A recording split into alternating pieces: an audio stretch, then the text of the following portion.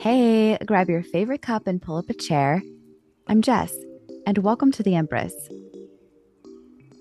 If life feels a little loud right now, take a breath. You're in the right place. You know how sometimes you need a tarot reader and sometimes you need a therapist?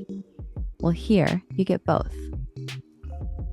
I'm mixing the behavioral science from my clinical background with the intuition of the tarot to help you simplify the chaos. Let's make some magic.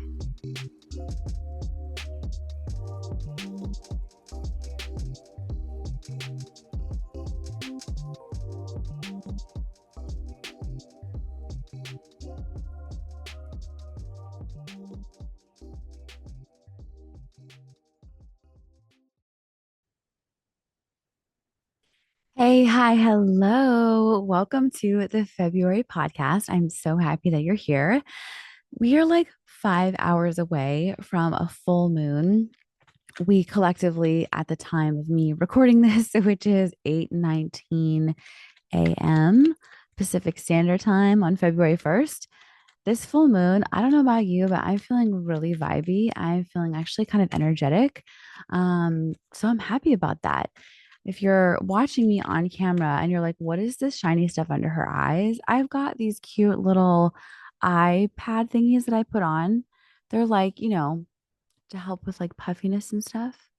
Um, because we're friends and I can do this. I don't care if I show up on camera like this. It doesn't bother me. I know some people are like, I would never, but we're friends here. You're not going to judge me.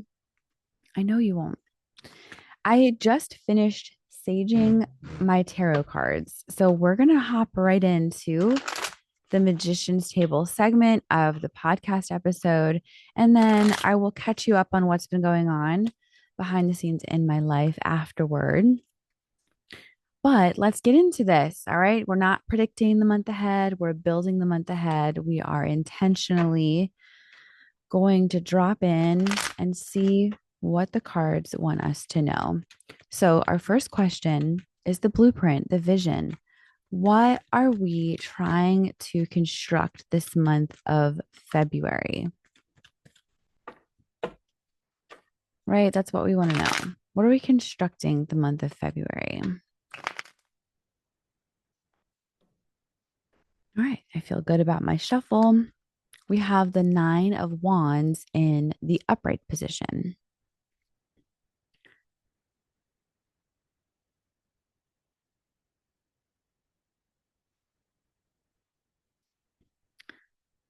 As I'm looking at this card, I'm really noticing the wall of the wands behind the individual in the card. And I'll hold it up for all of you on camera so you can see what I'm talking about. But the wall behind this individual can represent boundaries. When we get this card, we can be talking about a boundary saying like this is like a line in the sand that I've drawn for myself. So we might have rules for other people, like, hey, don't call me after, 10 p.m. or whatever. But a boundary we have with ourselves will be like, I will not look at my phone after 10 p.m. So there are these boundaries that we can set up for ourselves this month that will protect us. If we look at the person in the card, if we look really closely, they are kind of tired. There is a head wound on top of them. There's a bandage that's wrapped around the very top of their head. And they just have this look on their face like they're a little bit exhausted. They're also kind of looking out, not directly at us if we're face to face with the card. And to me, this is almost like them looking and kind of wondering, like, okay, what's happening? What's on the other side? What's coming down the pipeline? What do I need to be prepared for? And those are really good questions that we can ask ourselves. And I think it's important to ask ourselves those questions when we're feeling a little bit more rested, not when we're in a very tense space.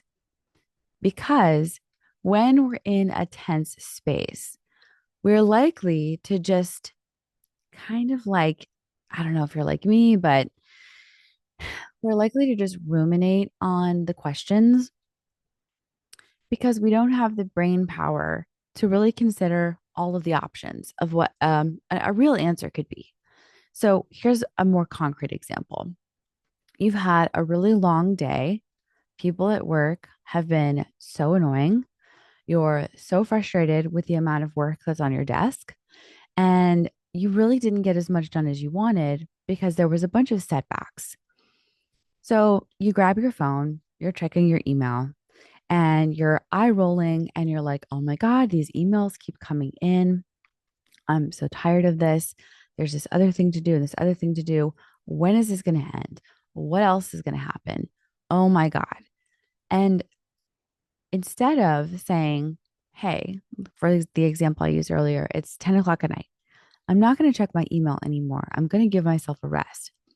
When you just kind of grab your phone and you're in this automatic place of, okay, everything's going horribly, blah, blah, blah, blah, blah. It's much harder to stop yourself in those moments than if you were to have the boundary and honor the boundary. Honoring the boundary is really important. I think that most of us here are able to honor the boundary. And the reason I say this is because the 9 is important. When we focus on numerology in a tarot reading, the 9 represents a culmination of experiences. It means that you've gone from 1 through 8. So it's not like this is the first time you're ever setting a boundary with yourself. Now, maybe you need to write some things out and reflect boundaries you've set previously, how you accomplished honoring the boundary. So, what was the mindset you had? What were the action steps that you did to respect yourself, to respect the boundary that you set up? But because the 9 is here, this tells me like you've respected boundaries before in your life. So maybe you need to shift what you did before into respecting some new boundaries that you're setting up in February. And yes, it can be hard, but you can do hard things, I promise you. So, with the 9 of Wands, we're really just setting up this system for ourselves that will help us heal. Now, this doesn't mean that it's a full healing. This doesn't mean that, we're never going to be tested again. I don't want to set you up for that type of thinking. I don't feel like it's really productive. The head wound is still here in February, meaning we're still really tired. And I see this a lot when I work with my clients, but it's this belief like I can't do what I need to do because I'm tired. I want to tell you something like we're all tired. Every single one of us here, we're exhausted. Okay.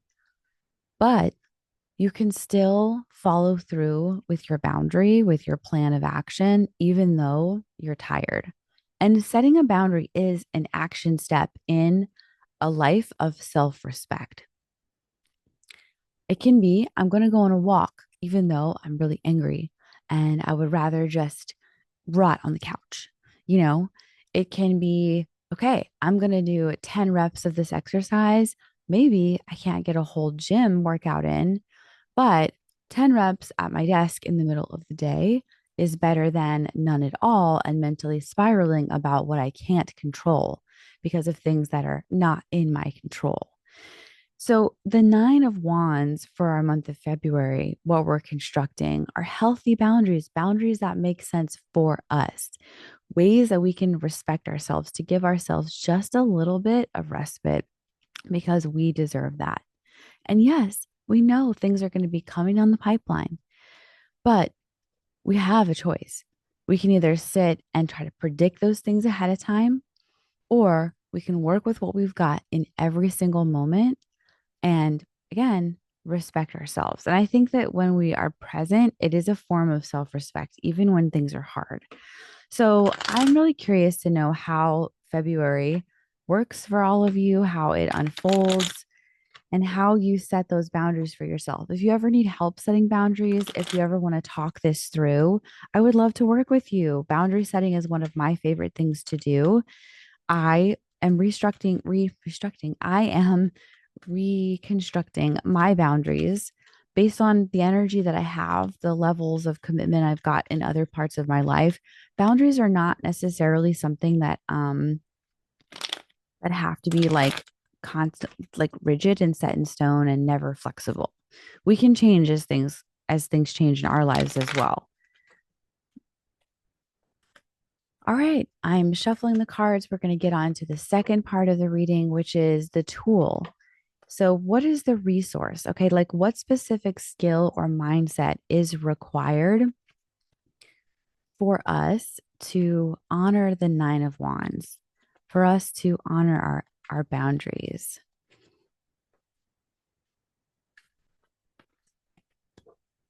All right, the Death card. Ooh, all right. So, death is ruled by Scorpio. I know when we get this card, I've had clients that can freak out. So, if this is the first time you're ever, seeing this card, um, take a deep breath, exhale. We're going to be fine. I'm not predicting you have to die in order to honor your boundaries. It doesn't even make any sense.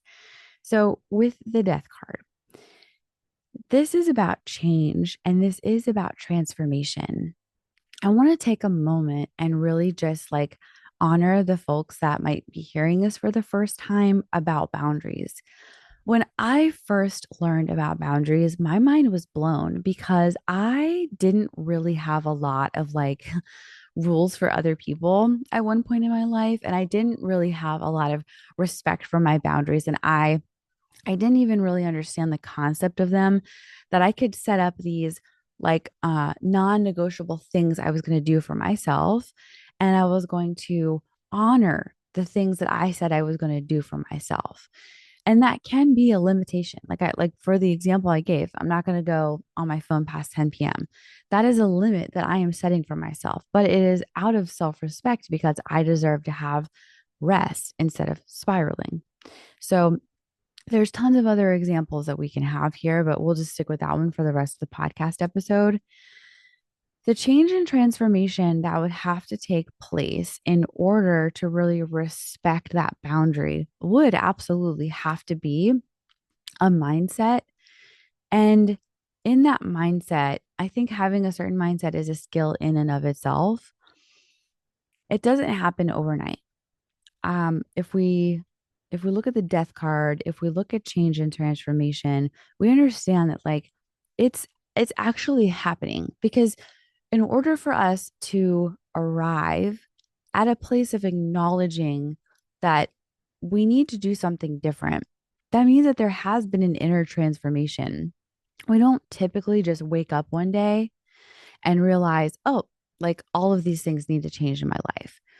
There's these little like slow drops that happen and they can kind of wear on us over time. When I looked back and realized, oh, okay, I need to like set up systems in my life like really differently, it was because there were so many things that were draining my energy. And I feel like that's one of the reasons why so many of us come to boundary setting is because we're tired of the way that things have been. We don't like it. And we realize we need to set new limits for ourselves. And it was really scary for me in the beginning to set those boundaries up because I didn't know if I could stick to them. I really didn't. I was like kind of scared that, like, well, what if I set up all these, expectations for myself and then I don't follow through? And then I'm just going to realize, like, I'm a total loser, and like I can't even show up for myself. Like, what if I just keep disappointing myself? I had a lot of negative thinking when it came to this boundary setting and going forward and trying it out. And I want to say this, I wasn't the best at honoring my boundaries in the beginning. So if this is a beginning for you, like for example, the 10 o'clock thing, okay.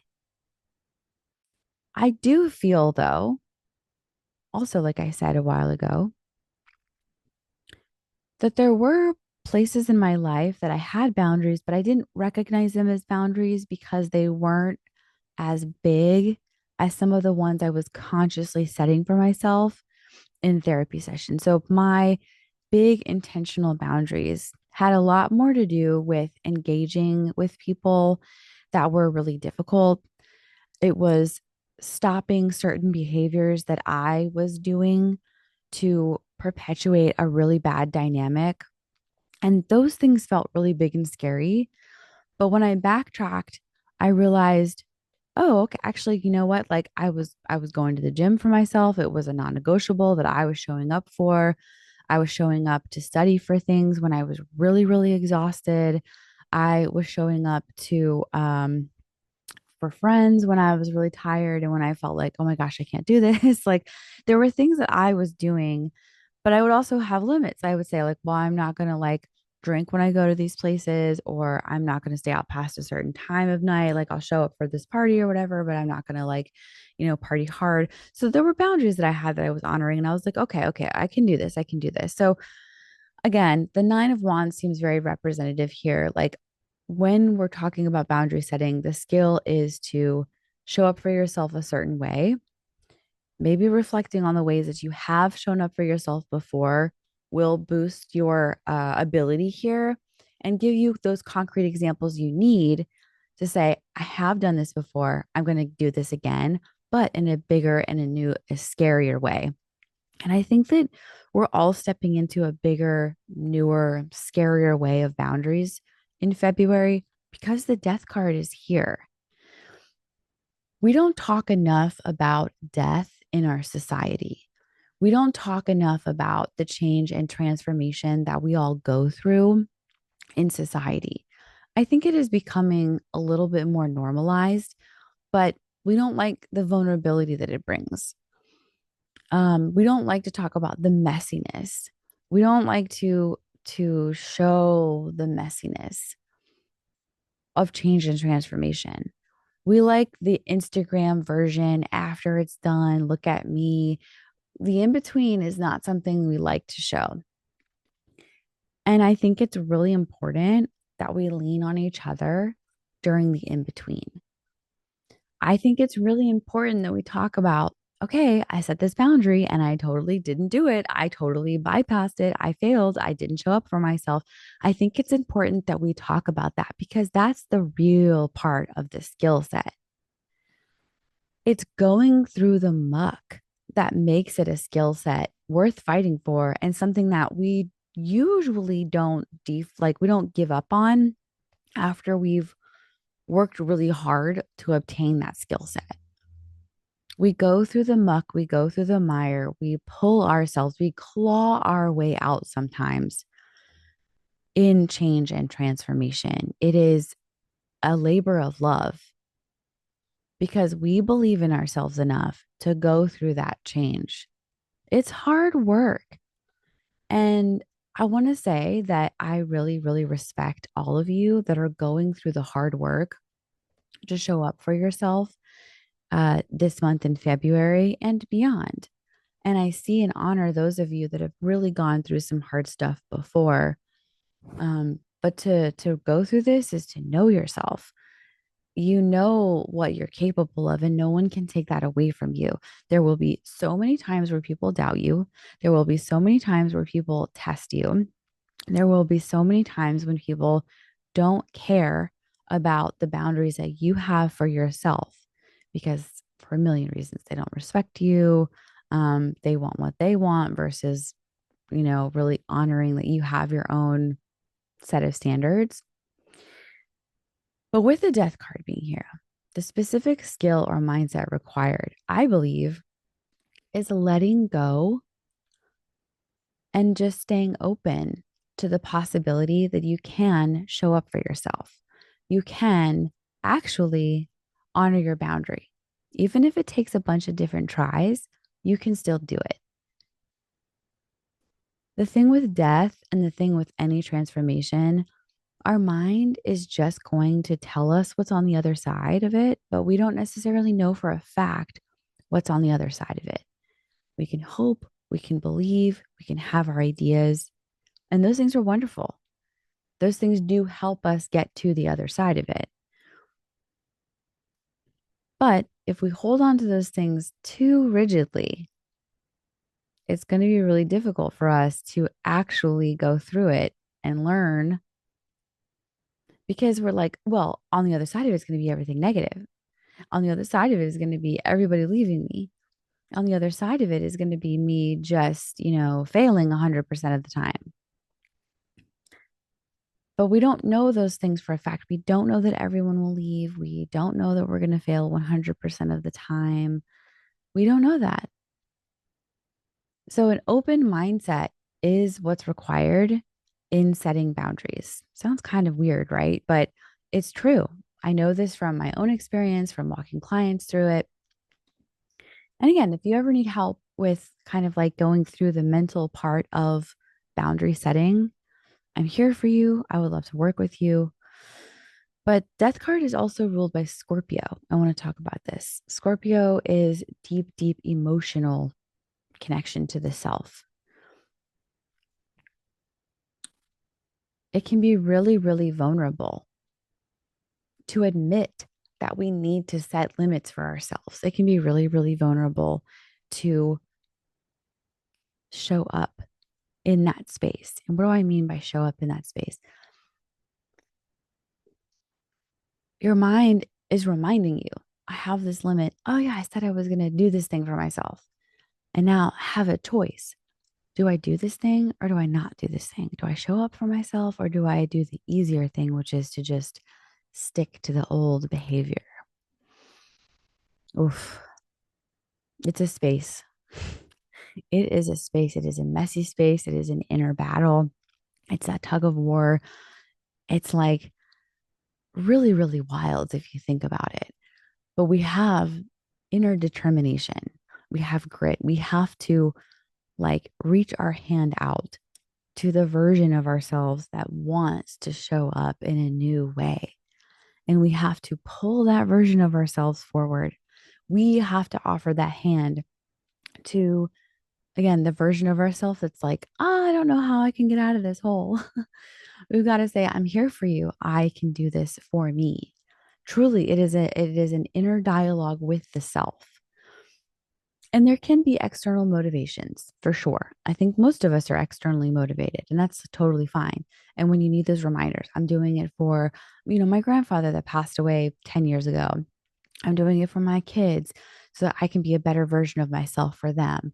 I'm doing it for whatever reason, like lean on those things as well, for sure. It will be a deeply emotional experience this month in February, but that's not necessarily a bad thing. I think when we come out of it, we're really going to realize how incredible we are. And that is a pretty cool space to be in. When you can really reflect on, like, whoa, I did this. I said I was going to do this and I did it. Nobody will ever be able to take that away from you. I want that for you. So, really keep going. Cultivating a mindset of boundaries, it's like realizing I'm doing this for me because I deserve this. And recognizing we're deserving is pretty profound because, like I said, so many people don't realize like we deserve better. So they don't give us better, but we have to give ourselves better. So, the spark, the action, what is the catalyst action to get things moving this month? Okay, let's talk about it. We have the Two of Swords in the upright position.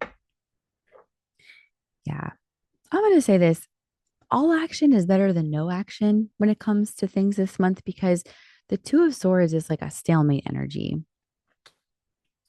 I even see this representing meditation, moments of stillness that propel you into right action.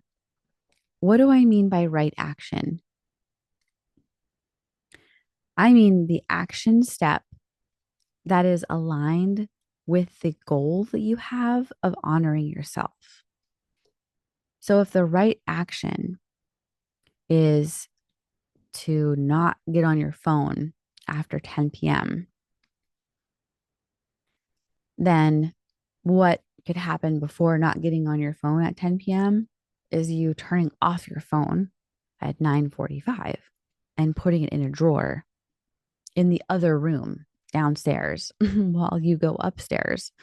Um, like putting some distance between you and the thing, if it's a physical thing. If it's more of like a mental and emotional boundary you're setting with yourself, for example, I will set my timer for 10 minutes. I'm going to wallow for 10 minutes. I'm going to grieve for 10 minutes.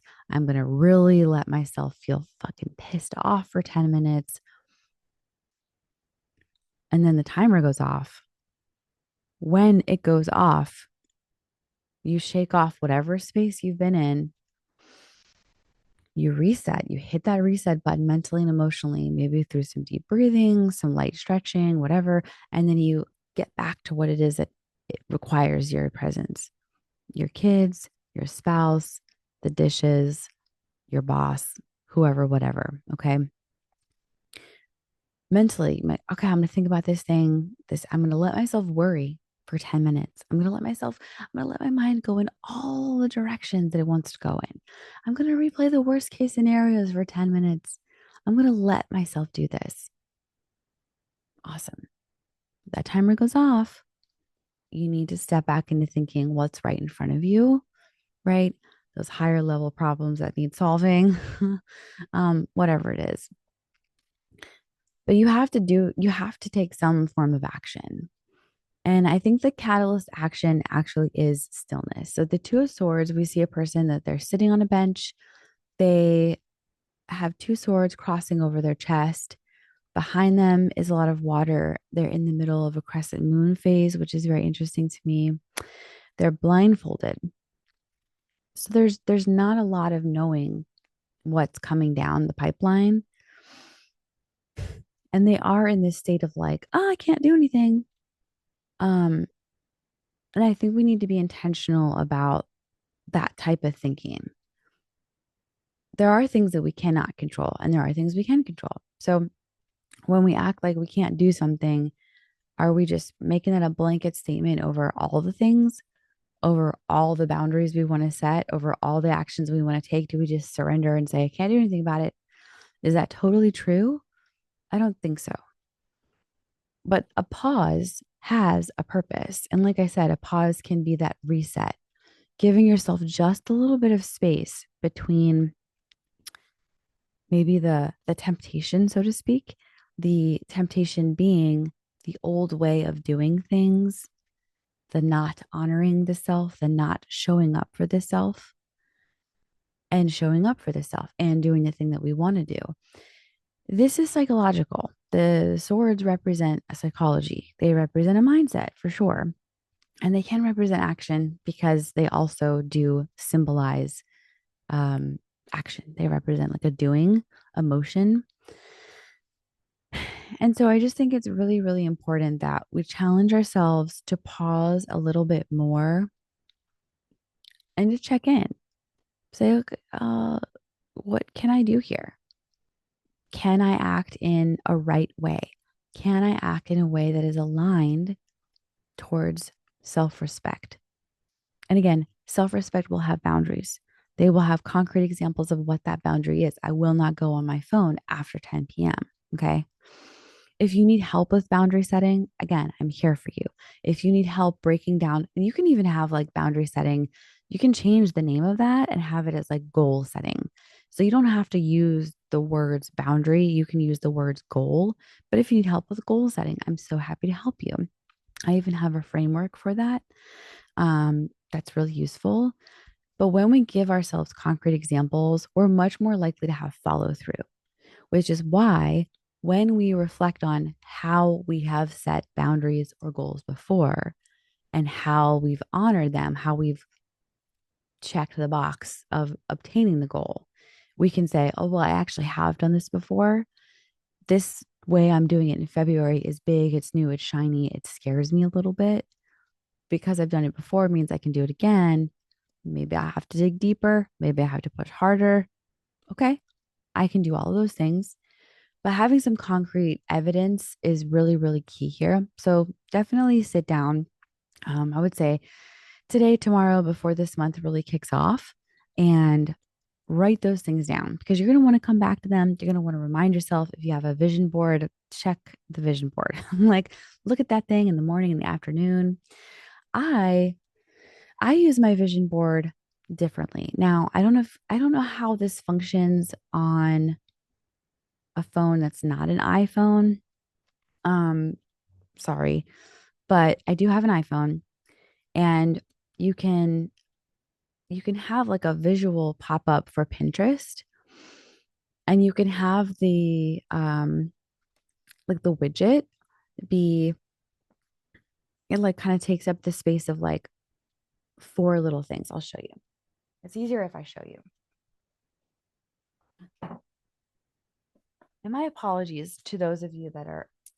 And my apologies to those of you that are only listening and not seeing, because I'm not really good at describing this, but so like the calendar widget, for example, it takes up like a big space here in the middle of my screen. And on the top left side, I have a smaller widget, but it takes up the visual space of like four of these little blocks because things are on a grid, at least on the iPhone. The apps are like on a grid and on the iPhone. And so one of the personal boundaries I have for myself is I'm not going to slouch anymore. I want to work on my posture. So I actually have like a Pinterest board that focuses on posture. And that form of like self respect I have is like, I really want to strengthen my back and make sure that it continues to stay strong as I age. And so one of the reminders I have on there that I've pinned is about that posture. So like that was one of the pins that was there that if you paused and read it, that's what it said. It's like reminder, sit tall, which is great because when I see that, I'm like, yep, that's right. It's something like slouching is something that I can do like really, really naturally. I think a lot of us can, but I just need like a visual reminder, just kind of like a friendly, gentle little like, oh, hey, check in with this. That's the pause. That's like all I needed right there to then be conscious of, oh, let me drop my shoulders. Let me make sure my spine is straight. Let me make sure I'm sitting back. Excuse me. All of those things matter to me because I want to show up for myself and not even just like in my immediate future. I told you I wanted to make sure that this is good posture in my 40s, in my 50s, 60s, 70s. I don't know if I'll get to 80. It seems like so old, but maybe, I don't know. 40s and beyond, I want to have good posture. So that was a little about me, but let me know how this reading supports you in the month of February. I am so curious to know how all of you are doing. I can't believe that the month of January is done. It's kind of wild, but here we are, February 1st. If you don't want to know what's going on in my life, then get out of here. If you do want to know, let's hang out. Let's keep talking. I will share with you. I'm going to put my phone away. I want to show you a book that we are about to start reading in the nonprofit that I work for on the foundation side of things, the Empowered Endings Foundation. We launched a book club and I am co hosting it with my coworker, Megan. I'm so excited. But the book is called The Art of Dying Well, a practical guide to a good end of life. It's by Katie Butler. I'm really interested in getting into this because, like, the concept of death dying is, I've always been really fascinated by it. I do believe that we don't talk about it enough, death and dying, specifically in like Western culture. I don't think we really talk about aging well. Uh, great. I think we're like so addicted to the bright, the shiny, the new that we just like act like it's not going to happen to us or that it's like something that's like completely preventable. And then when we find ourselves old and dying and on death's doorstep, we're like shocked. And then we realize that there's all these things that we might have been able to have done or said. This is more practical because I mean it says it in the title, right? A practical guide. I feel like a lot of you guys are like me. You love practical, um, tangible, clearly communicated goals to reach, small steps forward. That is like chef's kiss in a world where people make blanket statements and then just kind of send you off or like don't even say anything at all. They're like, do better. And then you're like, well, what does that even mean? How do I do better? Like, what does that even, how do I do that? The how to, clearly explaining how to, I love that. And this is very much that book. I will keep you posted as I go through this. But if you want to stay a little bit more connected off of the podcast space, I highly encourage you to join the community. It's free. You can go to empoweredendings.org/community and you can sign up there. And then when you do, you'll hop into our network. It's all virtual. And on the left side of the dashboard, you'll see the book club. And we have February, I think it's February 28th or something like that, blocked off for our book club for meeting up. So you can grab this book at your library. That's what I did. And you can do the reading and you can post in our virtual posting board, um, like on our feed or whatever, just like your thoughts. We've already got people in there. And like I said, death and dying have fascinated me for so long. There are so many things that I do need to get in line. I need to write my wishes down. I still need to get like power of attorney and trust and all that stuff sorted out. It is a goal that I have. I have communicated what I want. So my partner knows like don't resuscitate me and stuff like that. But like I have no interest in like being on a ventilator. I have no interest like um let's say for example, 'cause women are more likely to get dementia than men. Um I have no interest in suffering. I have no interest in anybody um depleting their financial resources to keep me alive for longer than needed. So I'm perfectly comfortable with passing away. In California, we're very lucky here. We have medical aid in dying. And that means you can have two physicians sign off if you are like not likely to live for 6 months or less. And you can take medication and you can basically like put yourself into a coma and you will die peacefully, which is really, really incredible. Um, I do have an interest in that, when my time comes, whatever way, shape, or form that, kind of happens. Because again, I have no interest in suffering. The cognitive decline, the emotional pain that people go through, the mental anguish that people go through while watching someone they love change for the worse. I don't have an interest in making people that I love suffer in that way. I just don't want to do that. And so I'm very clear about what I want.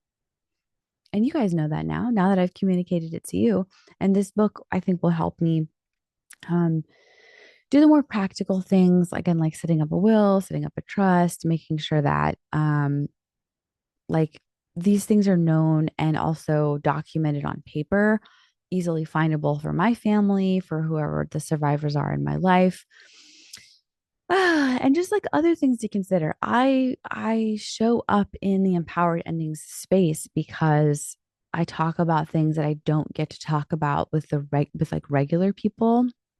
We're all there because we're death curious.